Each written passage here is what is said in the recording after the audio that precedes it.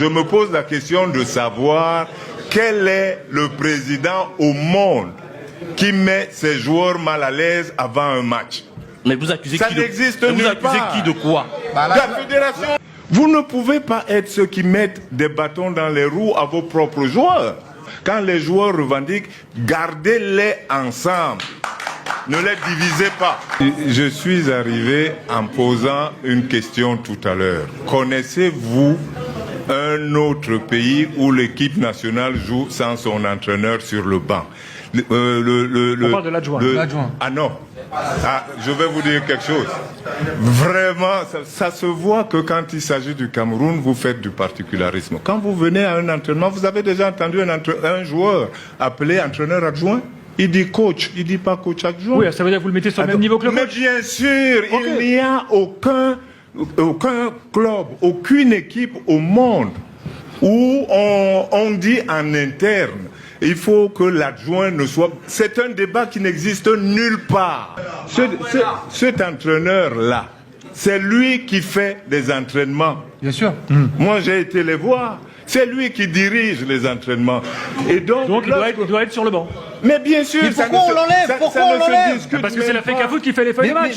Mais pourquoi la FECAFoot fait ça? Voilà, pourquoi? C'est sa prérogative. Je vais aller plus loin. Je vais aller plus loin. Quel est leur but? Quel est leur but? Une équipe et ses supporters, c'est fait pour gagner les matchs. Et qu'est-ce qu'on fait pour qu'une équipe gagne les matchs? Lorsque des présidents de clubs se lèvent la nuit parce qu'ils vont rendre visite à la maman d'un joueur pour que le joueur, lui, soit à l'aise, c'est tout ça est fait pour que l'équipe gagne. Vous ne pouvez pas être ceux qui mettent des bâtons dans les roues à vos propres joueurs. Donc, lorsque vous avez une équipe comme là, quand on parle des primes, c'est parce qu'on veut que les joueurs soient à l'aise.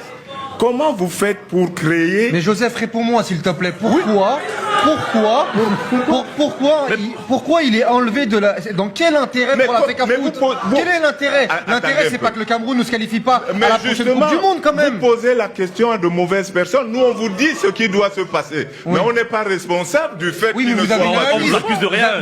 Vous avez une analyse, Joseph. On vous accuse de rien. Vous avez une analyse, vous savez pourquoi ça vient, pourquoi ça arrive. C'est la fédération qui a décidé ça. Mais nous, qu'est-ce que vous... Pourquoi vous voulez que je me mette dans leur tête? Justement, je me pose la question... Mais quel est le président qui a fait aboutir à cela? Je me pose la question de savoir quel est le président au monde qui met ses joueurs mal à l'aise avant un match. Mais vous accusez ça qui de... n'existe Vous nulle accusez part. qui de quoi? La fédération de ne pas mettre les joueurs, parce que là, je vous ai entendu, attendez un peu. Il a voulu volontairement dire une grossièreté. Mais moi, je pense sincère. Moi qui ai été là-dedans, ce que les joueurs ont fait à la 9e fois, je l'aurais fait le premier jour. On ne touche pas à un membre de l'équipe. Nous sommes une équipe. J'ai connu ça ici à Douala, j'étais jeune, mais je n'ai pas laissé passer. Mon président avait voulu retirer un joueur que l'entraîneur avait sélectionné. Il a dit ce joueur ne voyage pas. On a dit on ne part pas. Pas parce qu'on l'aimait beaucoup, mais on ne veut pas que ce soit le président qui choisisse les joueurs. C'est l'entraîneur qui est à l'entraînement tous les jours. En quelque sorte, Joseph donc Antoine, il ne faut pas casser l'harmonie du groupe. Je ne comprends pas. C'est-à-dire, attendez, je voudrais finir par là. Précisément, la photo, moi, quand j'ai vu une photo avec le capitaine qui parle et tous les joueurs autour de lui, ça m'a donné la chair de poule. Parce que ça veut dire que les joueurs sont unis derrière leur capitaine. Bon, Namasso qui vient d'arriver. Et maintenant, je voudrais lui rappeler quelque chose. Comme on aime comparer, est-ce que vous vous souvenez du match amical avorté Algérie-Cameroun? Très bien. Eh bien, à ce moment-là, il y avait un ministre des Sports qui m'avait pris pour conseiller spécial. Lorsqu'il a organisé une réunion de débriefing, et que le secrétaire général de la fédération a voulu accuser Samuel Eto'o d'être celui qui a manigancé ça, j'ai pris la parole pour défendre l'unité des joueurs, pour dire qu'avant tout, j'accepte que les joueurs soient unis, même si c'est pour une mauvaise raison. Tant qu'ils sont unis, ils vaincront leurs adversaires.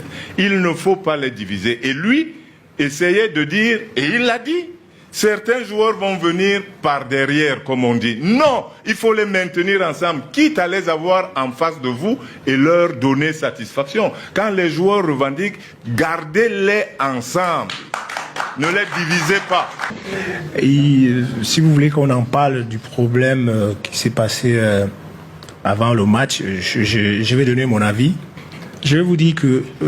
On parle de soucis logistiques avant d'aller jouer en Eswatini. Il a fait allusion au communiqué des joueurs de l'équipe nationale. Moi, je pense que quand on est une personne avertie et qui a eu à vivre ce genre de situation, déjà, il faut féliciter ces joueurs-là pour cette victoire. Parce que, vu la préparation, parce qu'avant d'arriver à une victoire, il faut se préparer. Vu la préparation, Ça relève le mérite des joueurs. Donc, félicitations à eux. Maintenant, pour revenir au communiqué, je me dis que les leaders de cette équipe ont probablement rencontré les responsables de l'Africa Foot, les responsables du ministère, et rien n'a toujours changé. Venir prendre le peuple camerounais à témoin, c'était pour dire que cessez.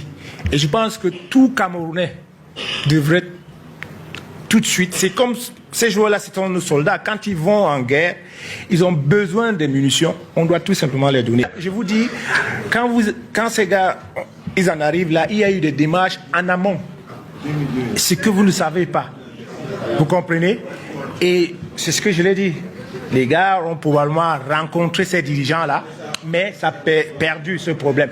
Et aujourd'hui, le coup de gueule, pour moi, c'est qu'il faudrait que ça cesse et qu'on mette tout à la disposition de ces gars-là pour qu'ils se qualifient. Mais Gilbert, juste un point. L'intérêt commun, c'est quand même le Cameroun. C'est le Cameroun qui doit gagner. Si aujourd'hui, la compétence, c'est d'avoir l'adjoint de Brice sur le banc, pourquoi on ne met pas l'adjoint de Brice sur le banc? La question... Expliquez-moi en fait.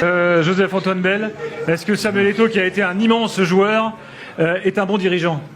Vous avez dit tout à l'heure que la FECAFOOT avait des problèmes avec le ministère. Mais la FECAFOOT a des problèmes avec le syndicat des footballeurs. La FECAFOOT a des problèmes avec les arbitres.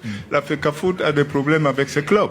La FECAFOOT a des problèmes avec la CAF. La FECAFOOT a des problèmes avec l'ONS.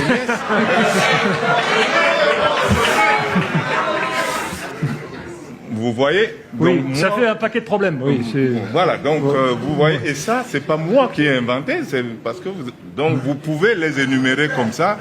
Et la sagesse populaire, je ne sais pas, même si j'ai vécu en France, mais je ne sais pas en France, mais chez nous, on dit que quand la même personne a des problèmes avec plusieurs autres, il faudrait peut-être qu'elle se regarde.